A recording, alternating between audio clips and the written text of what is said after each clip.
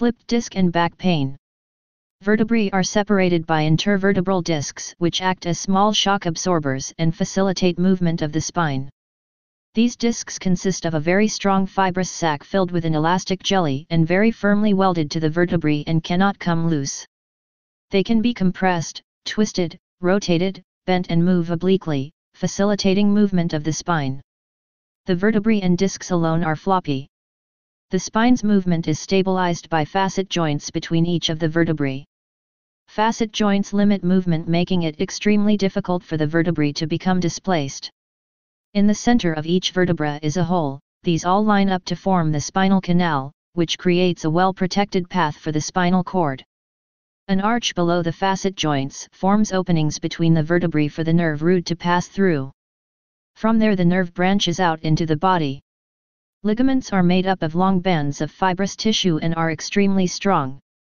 These run up and down the spine and between the small joints, encapsulating the entire spine, holding it firmly together, giving it strength and support.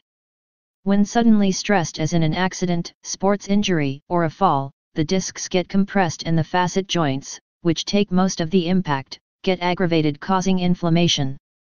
Inflammation is one of the body's emergency repair mechanisms, increasing blood flow to the area, bringing in extra nutrients and oxygen.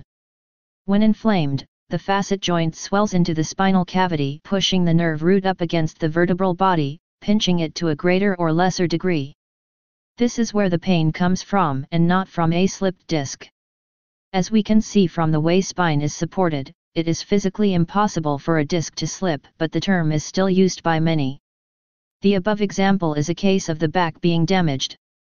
However, in the case of nonspecific lower back pain, why is it that, although there is great value in treatment, one needs to keep returning for the same treatment?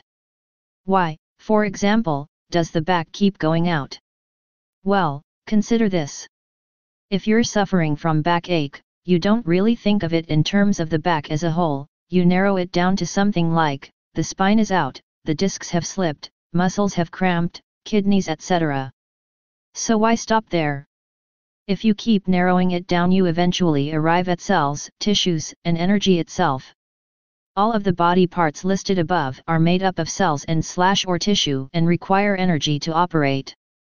Energy cannot flow fluidly over damaged or diseased cells and tissue, and therefore the muscles, ligaments, discs, bones, organs, etc., can't function efficiently.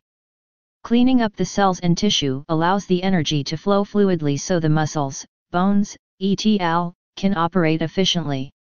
With everything operating efficiently, the back can't easily go out, the muscles can't cramp, etc., so there is no back pain.